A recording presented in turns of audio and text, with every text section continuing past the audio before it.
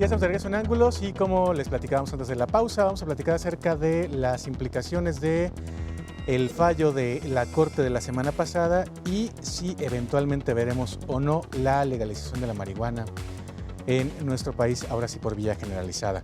Para platicar acerca de este punto tenemos el gusto de dar la bienvenida a Jorge Rocha, como cada lunes. Bienvenido, Jorge. ¿Cómo están? Muy buenas noches. Y también a Rodrigo Cornejo, como cada lunes. Rodrigo, bienvenido. Hola, ¿qué tal? Buenas noches. A ver, se ha repetido hasta el cansancio desde el miércoles pasado, pero no está de más volver a dejar en claro que el fallo del miércoles pasado no es de aplicación generalizada y no significa de ninguna manera que haya el camino andado para la legalización para todo el mundo que pueda sembrar su propia motita y eventualmente consumirla sin ninguna especie de represalia, ¿no? Así es. Fíjate que al principio, y de hecho yo creo que también, fíjate, ahí contribuyó la prensa internacional, se decía que en México se legaliza la marihuana, ¿no? Era como los titulares que salían a partir del fallo de la Suprema Corte. Por supuesto que eso no es real, no es tal. En todo caso, bueno, el hecho jurídico es que 4 personas piden un amparo. Un amparo, ¿por qué? Porque habían metido a la COFEPRIS una solicitud para precisamente poder consumir marihuana y poderla ellos producir y además transportarla a ellos, ¿no? Son como las 3 acciones que implica el amparo. Eso es lo que pasa, como la COFEPRIS les había dicho, no puedes hacerlo, meten el recurso en otras instancias, llega a la Suprema Corte y la Suprema Corte los ampara, ¿no? Eso es lo que realmente sucede. En todo caso, estas 4 personas, que además entiendo que ninguno de ellos es consumidor de marihuana, ellos sí pueden sembrarla, obviamente para ellos, pueden transportarla y pueden consumirla sin que ninguna autoridad los vaya a detener por esa razón. Eso es en lo que consiste el amparo. Por supuesto que de este hecho jurídico a decir que se va a legalizar la marihuana, el trecho todavía es extremadamente alto. Incluso yo creo que en todo caso, si hablamos ya de legalización, yo diría que hasta que acabe este sexenio, porque me parece la posición por lo menos que ha dicho declaradamente el presidente, que además me parece poco sensata por su posición, es yo no estoy de acuerdo en la legalización de la marihuana. En todo caso yo hubiera dicho o hubiera creído que su posición política era decir acato lo que dice la Suprema Corte y además qué bueno que va a llegar el debate, porque eso sí es un efecto real que está teniendo este amparo. Ahora, lo que sí puede suceder, eso sí, es que ahora todo el mundo agarre ese camino, ¿no? Que diga, voy a la COFEPRIS, pido mi permiso, me lo van a negar, entonces meto el amparo y llegará a la Suprema Corte y entonces me ampararán y podré hacer lo mismo que estas 4 personas, que es produzco mi propia marihuana, la puedo transportar y la puedo consumir. Lo que sí podríamos esperar en todo caso, por lo menos en estos quizá 3 años, es que la gente meta amparos y amparos y amparos y que hagan el mismo procedimiento. Lo que también podría suceder es que si se siente jurisprudencia, es decir, que después de 5 amparos, eso ya quede, digamos, como un criterio para este tipo de asuntos y entonces casi en automático cualquier persona que se ampare para el asunto lo va a obtener. Es muy similar a lo que está pasando con el matrimonio igualitario. Si ustedes recuerdan, alguien se va a casar, se lo niegan y entonces mete amparo y entonces luego ya lo tienen que admitir digamos, la boda en este caso. Estamos en esa situación. Ahora, a mí me parece que lo importante de este fallo es que sí abre, ahora sí, yo creo que en términos serios, un debate que habíamos postergado desde hace mucho tiempo sobre la legalización de algunas drogas y la despenalización de otras, que también en términos jurídicos son 2 procesos diferentes. Pero bueno, igual al ratito abundamos sobre ese asunto. Claro, ahora también decir, Rodrigo, que hay que tener particular cuidado, porque lo que la Corte establece es por ningún motivo se puede comercializar. Así es. Exactamente.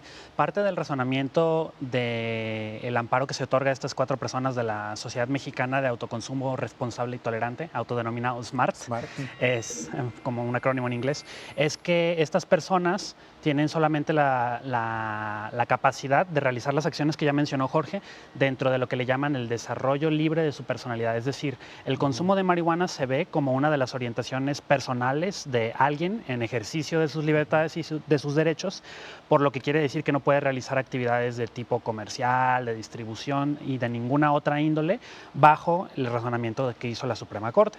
Esto es importante porque parece ser que la avenida por donde transita la justificación para despenalizar las drogas no es una vuelta de tuerca en la concepción del combate a las drogas, sino más bien es una avenida diferente por la que transitan, incluso estas 4 personas que se autodefinen, varios de ellos, 2 me parece como liberales, transitan más por la avenida de las libertades, de las garantías individuales, del respeto a los derechos del individuo y del libre desarrollo de la personalidad, que es un criterio que la Suprema Corte varias veces utiliza como justificación o razonamiento jurídico para otorgarle a un individuo libertades ampliadas. Entonces, creo que esto no modifica fundamentalmente la concepción del Estado mexicano del combate a las drogas. Vale la pena repensar también esto, no solamente haciéndole esta exigencia tal vez a la Suprema Corte de Justicia, sino en realidad cómo queremos repensar estos delitos en víctimas. En ciencia política, no cabe la pena resaltar que esto no es un concepto jurídico, existe la concepción de un delito sin víctimas, es decir, cuando nosotros tenemos una interacción social entre 2 personas o entre una sola persona que no daña los derechos de alguien más o que no interviene fundamentalmente en el accionar social, se habla de un delito sin víctimas. Es decir, por ejemplo, en los Estados Unidos, cuando estaba penalizado que personas del mismo sexo en la privacidad de su propia casa establecieran contacto sexual, eso era un delito sin víctimas. De libre acuerdo, 2 personas deciden hacer algo con su mutuo consentimiento y sin coerción de nadie. ¿Por qué tenemos que penalizar comportamientos privados que no tienen mayor incidencia, ni siquiera impacto o daño en la libertad de los demás? Eso es por donde podría transitar. Y lo otro es que creo que incluso el debate hasta ahorita, y lo hemos visto en no solamente las declaraciones de estas 4 personas que se amparan, sino en varios funcionarios que han dicho, bueno, sí al debate, pero no cambia fundamentalmente esto, es que normalmente este debate está politizado y eso no es algo malo ni indeseable, pero no hemos escuchado muchas veces ni siquiera a profesionales de la salud o científicos incidir en el debate, ya no digamos dominarlo. Y varias de las personas de los organismos de seguridad que, como yo denomino, se han infiltrado en las políticas relativas a la salud y al consumo de las drogas, han dicho que es un tajante no a modificar la política de seguridad. Entonces aquí es donde se cruzan estas 2 coordenadas. Uno, sí es justificable, a mí me parece plenamente justificable que todos nosotros, querramos consumir o no una sustancia como la marihuana, tengamos la opción de hacerlo. Y la otra es que modifiquemos esta concepción de que tenemos que penalizar estos crímenes sin víctimas. ¿Puedo estar yo o no de acuerdo con el consumo de drogas de una persona? Sí. Pero para poner las cartas sobre la mesa, la marihuana no se ha comprobado que sea esta sustancia que incita a las personas a consumir más drogas. Sus efectos dañinos sobre la salud son acotados, es de dependencia psicológica y los estudios de dependencia física son no concluyentes. Y de nuevo, le podemos dar cabida a la pregunta, ¿por qué si yo no estoy de acuerdo con que una persona consuma en la privacidad de su hogar una sustancia, tengo yo no solamente que imponerle la coerción sobre su derecho, sino justificar un aparato político-militar tremendo que cuesta vidas e impuestos, ¿no? Vale la pena darle la vuelta de tuerca ahí sí al debate de qué queremos en materia de drogas como país. Y de hecho, porque además nos está costando a todos en materia de impuestos. Estamos manteniendo a el 70% de las personas que son detenidas por narcotráfico, que tienen que ver con la marihuana y que en muchos casos no es que llevaran ahí las toneladas del mundo, sino de repente pues un poco más de la dosis que está permitida, o en algunos casos pues sí para venta, pero 10 o 12 dosis o tal. Y sin embargo los estamos manteniendo en la cárcel 10 años, lo que nos cuesta pues la formación de ese, ahora sí, delincuentazo que va a salir de la cárcel, pero sobre todo lo que tiene que ver con su manutención. Claro, y este es uno de los resultados de las paradojas legales que un ordenamiento legal asimétrico propicia. Es decir, sí, 5 gramos están despenalizados para consumo personal, pero la venta está penada. Es decir, vamos a decirle que sí a la demanda. Sabemos que hay consumidores, que esos consumidores por por casi nada del mundo van a renunciar a su derecho de consumir esto, pero a la vez los ponemos en las manos de cárteles y de una red de narcomenudistas y narcomayoristas. Yo también valdría la pena meter ese concepto, que pueden no solamente manipular los precios, sino vender un producto que sí sea nocivo y tóxico, y aparte dejar a los consumidores que tal vez quieren incluso renunciar a su consumo a la merced de esta economía gris o negra. Claro. Este es el problema. Hay que resolver esta paradoja y preguntarnos de nuevo si queremos también sostener el aparato de criminalización institucionalizada que tú mencionas, ¿no? Y pasa lo que los expertos denominan como el efecto tiendita, que es que, bueno, para conseguir la mota tengo que ir con el vato que trae tachas, perico, cristal y lo que se inventa esta semana. Por lo tanto, ay, pues de pasadita, también dame allí una grapita. Y eso es lo que podría desincentivar si se separan estas dos avenidas, claro, para utilizar tus términos, el de la marihuana y el de las drogas químicas.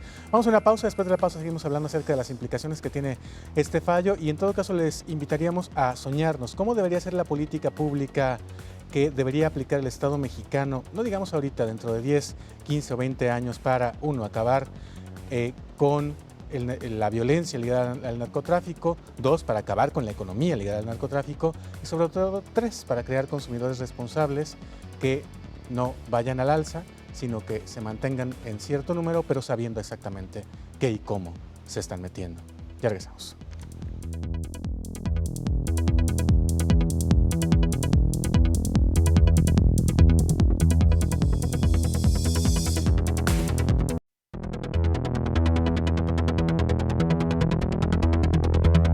De regreso en Ángulos, hablando acerca de mota legal aquí en el programa. Y bueno, decíamos antes de la pausa, ¿cómo le hacemos, Jorge, para desincentivar también la venida de la economía ligada al narcotráfico? Y cosas como este fallo de la Suprema ayudan a que se debilite el poderío económico del narco en México. No, yo creo que no se va a debilitar porque además recordemos que el negocio del narco está fundamentalmente en otras drogas, no está en la marihuana. Digo, la marihuana representa obviamente un negocio, pero digamos las grandes cantidades de dinero que entran por narcotráfico son fundamentalmente por cocaína, metanfetaminas, heroína, es decir, son otras drogas las que, digamos, generan cantidades de ganancia tremendas. De hecho, una agencia norteamericana, bueno, una ONG norteamericana que se llama Kroll, habla de que lo que ingresa a México por drogas vía Estados Unidos, por el consumo de drogas, son alrededor de 40,000 millones de dólares. Estamos hablando de prácticamente el doble de lo que entraría por remesas. Recordemos que en remesas al año siempre andamos sobre 20,000, 21,000 millones de dólares, en años pico 23,000 millones de dólares. Esta agencia dice que andaríamos sobre 40,000 millones de dólares. Es decir, es un negocio exorbitante y obviamente está más ligado a otro tipo de drogas. Creo que ahí, hay varios debates cruzados que se tienen que dar. Uno de ellos es precisamente sobre si separar el asunto de la comercialización y tráfico, que es un tema, de la adicción, ¿no? ¿Cómo tratas a las gentes que hacen una u otra? Creo que hay empieza a haber un consenso en que la gente adicta no se le puede tratar como un delincuente, que es lo que pasa en nuestras cárceles, ya lo decía Rodrigo, sino como gente que está enferma, ¿no? O sea, nadie dice que sea bueno fumar marihuana ni aspirar cocaína, ni mucho menos. Lo que se dice es que no puedes tratar a estas personas metiéndolas a la cárcel, sino más bien con tratamientos de salud, ¿no?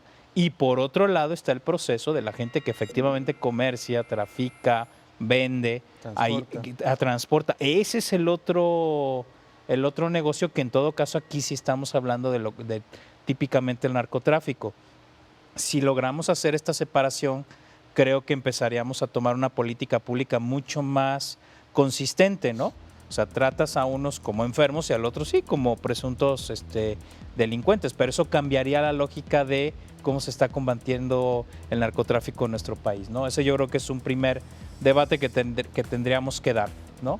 Un segundo asunto tiene que ver con el asunto de las libertades, ya lo decía Rodrigo también, ¿no? O sea, si la gente se quiere meter lo que quiera, pues es problema de él, ¿no? Y eso no implicaría ningún tipo de castigo, ¿no? En este caso algunos quieren matizar el asunto diciendo, bueno, vamos a permitir que sea para uso terapéutico, ¿no? Entonces, bueno, a lo mejor todo el mundo se va a enfermar de repente de muchas cosas. Entonces, ese es otro debate. Una riuma aquí, ándale, no todo el mundo riuma, le van a salir reumas. Entonces, ahí dices, bueno, ¿por qué creemos que nuestro país no es un país de ciudadanos adultos que pueden decidir qué hacer con su vida y con su cuerpo? Creo que es un paso que tendríamos que dar, ¿no? Y el otro tema que a mí también me parece importante es sobre una rediscusión sobre qué tipo de drogas se mantienen en esquemas de ilegalidad y cuáles son legales. Y eso tiene que ver con los impactos en salud pública. O sea, si tú ves, las drogas que más matan gente en términos reales son las legales.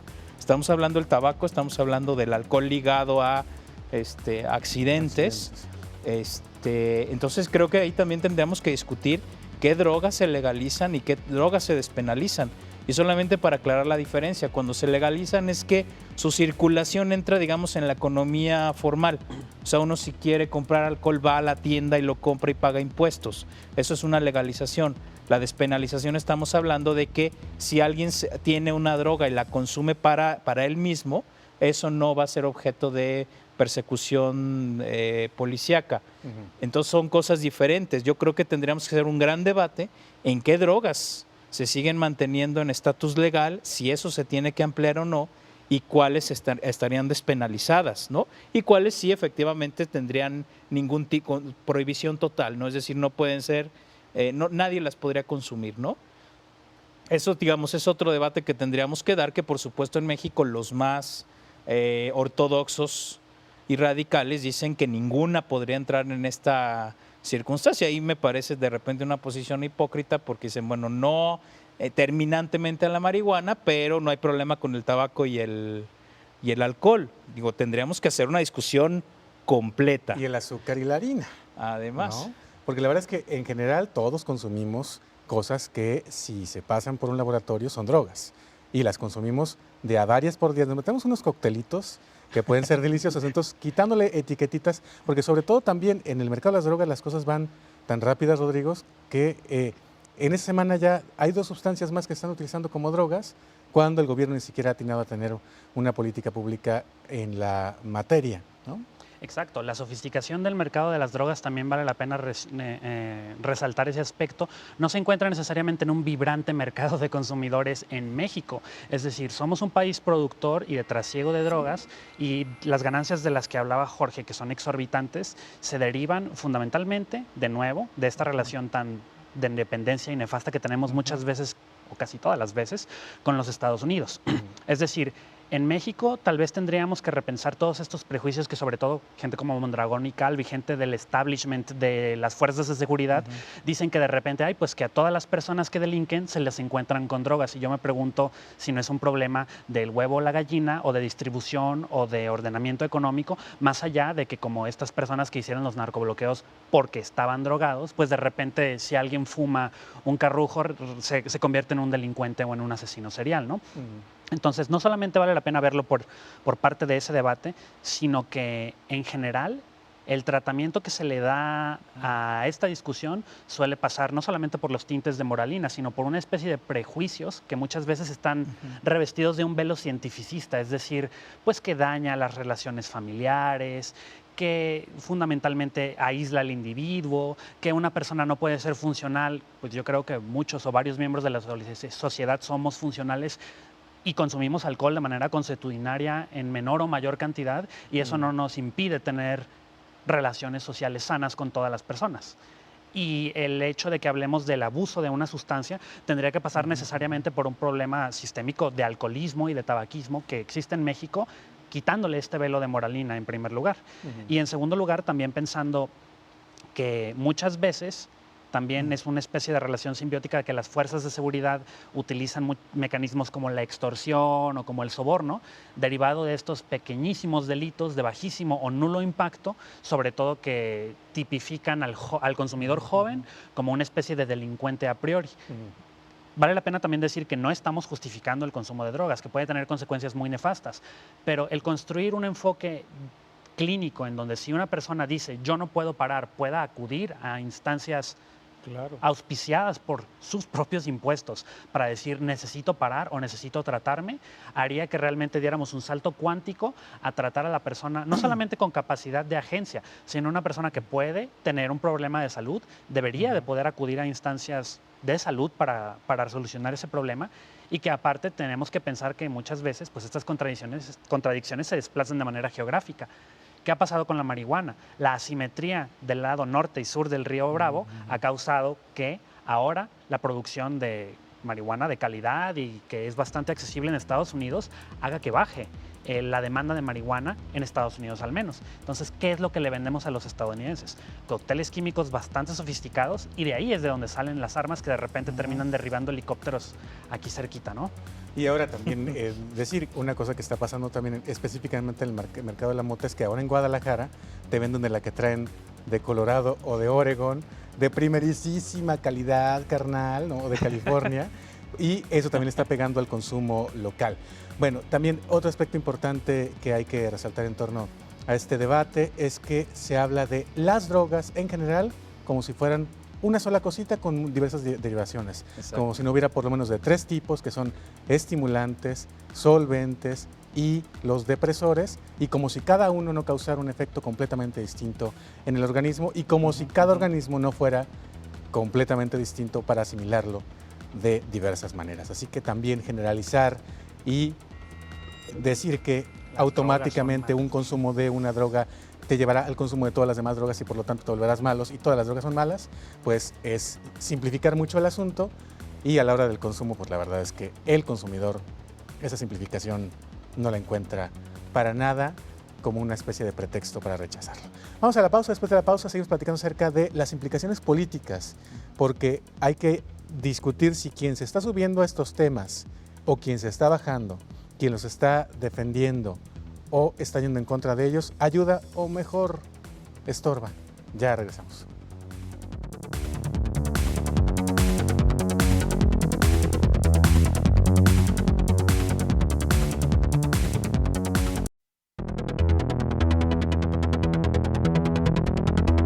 Como es la mota, ¿eh? Lenta pero segura.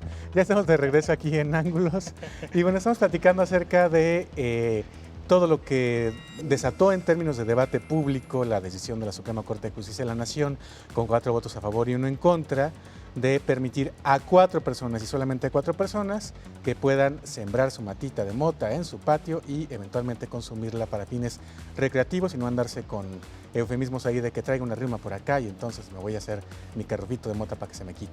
Es decir, con fines medicinales. Pero en la semana hemos visto una cantidad de voces políticas que lo que les quiero preguntar es si ayudan o más bien enrarecen el debate o lo empobrecen. Pienso en gente del Partido Acción Nacional, tradicionalmente conservador, que sin embargo tiene al más grande representante, digamos, a nivel nacional, que es Vicente Fox, un expresidente que dice a huevo que se legalicen particularmente el consumo de la mota, ¿no? Pero luego tenemos también a otro panista que estuvo en súper contra y empezó la guerra contra las drogas, que es Felipe Calderón.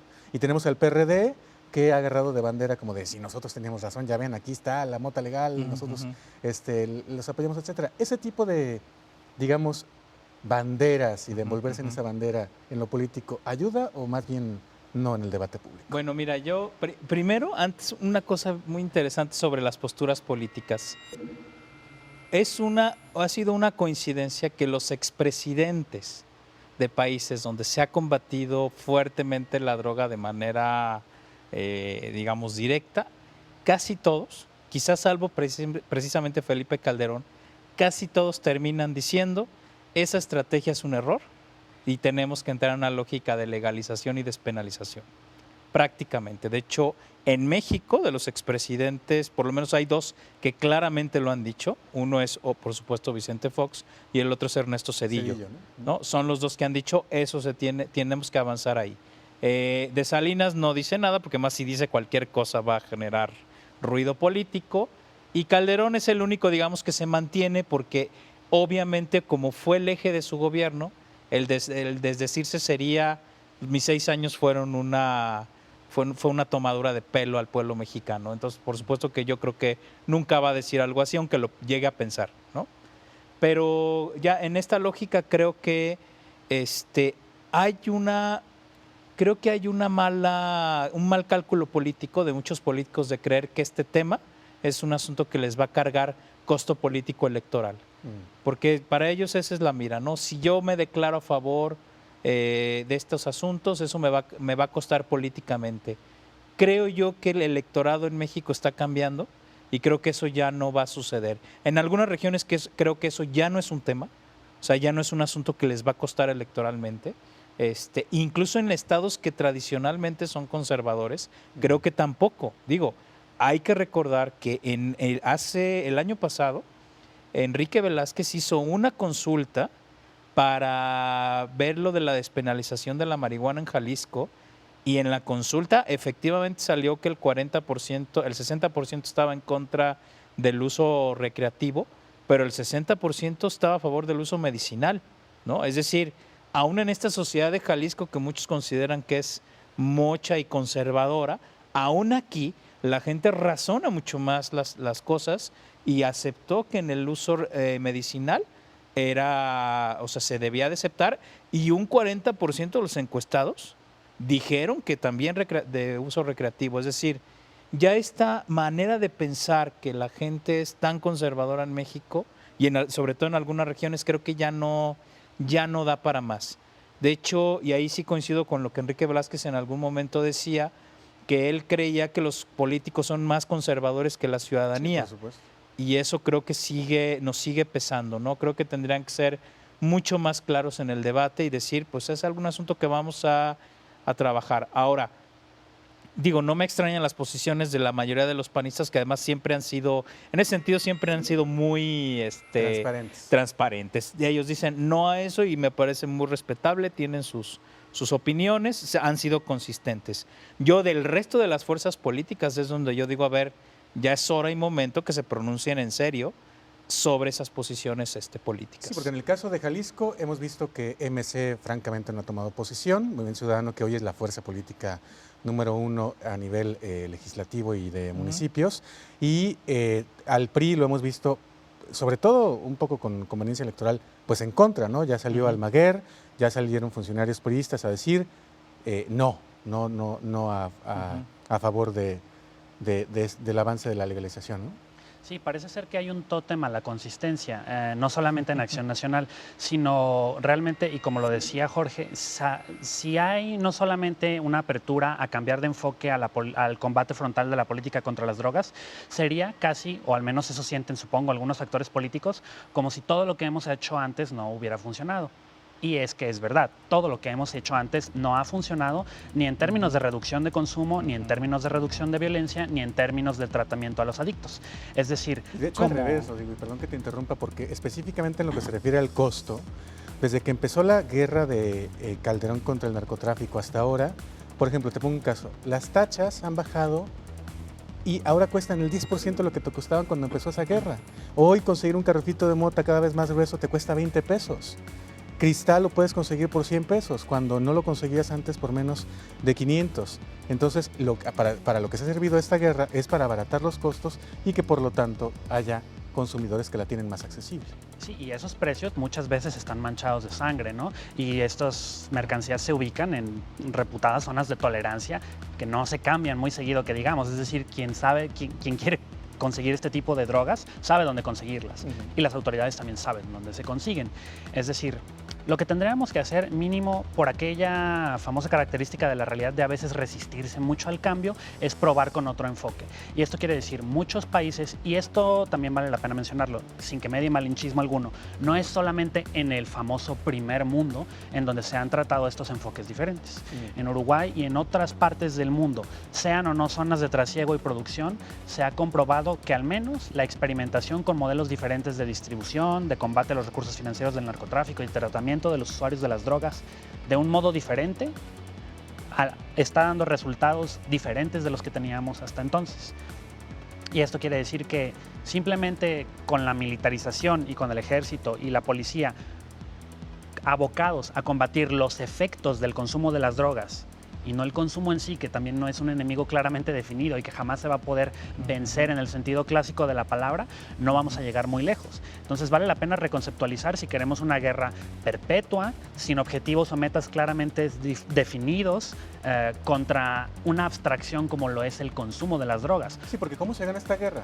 Cuando ya no haya consumidores, cuando ya no haya narcotraficantes, cuando ya no haya motas ni sustancias produciéndose para que la gente se estimule. Cuando el ser humano abandone esta vena que tiene de buscar experiencias nuevas, muchas veces alterando sus sentidos, que esto es algo ancestral también, ¿no? Exacto. Es una especie de, o una estupidez muy recalcitrante de no conocer las orientaciones bastante viejas que tenemos de la naturaleza humana, o intereses que revisten economía, ordenamiento político o fuerzas de seguridad que se rehúsan a dejar este combate frontal por cualquier playa de intereses, que también podríamos hacer una tertulia aparte de por qué las fuerzas de seguridad quieren o no renunciar al enfoque de estar establecidas permanentemente con un control que tiene características de estado de excepción, ¿no? Es decir, también sirve al control político el tener a las fuerzas de seguridad en la calle permanentemente. Que de hecho esa parte es la parte hermosa específicamente de los porqués de las motivaciones de estos cuatro, según han dicho en entrevistas públicas, porque queremos que las fuerzas del Estado estén para garantizar la seguridad y para que esa lanísima que nos gastamos en perseguir hoy a consumidores y en mantenerlos en la cárcel, toda esa cantidad de masa humana, literalmente, se dedique a la búsqueda de la justicia. Ahí sí, y que busquemos a los desaparecidos, y que castiguemos a quienes cometen un asesinato, claro, y que llevemos a la cárcel a quienes están, ahí sí, atentando contra el bienestar público de comunidades y la nación entera, etcétera, etcétera. Por eso querían conseguir este amparo, para que no se vayan en contra de quien trae el carrufito de mota, sino que dediquemos la fuerza del Estado a, por ejemplo, la identificación de los cuerpos de las fosas que este fin de semana aparecieron en Guerrero y que hoy todavía no tenemos la certeza de quiénes son los que están ahí. Lo mismo que no tenemos la certeza de quiénes son los más de 100 cuerpos que se encontraron en la barca hace 2 años. Ese es el reenfoque que se estaba buscando a través de SMART. Pues hasta aquí llegamos, Jorge, muchas gracias. Gracias a ustedes. Gracias, Rodrigo. Muchas gracias. Y gracias a ustedes, hasta la próxima, pásenla muy bien, quédense en Canal 44 aquí en Guadalajara, el 31.2 en Los Ángeles, pásenla muy bien, sobre todo si están cerca de un dispensario de mota legal, allá en Los Ángeles.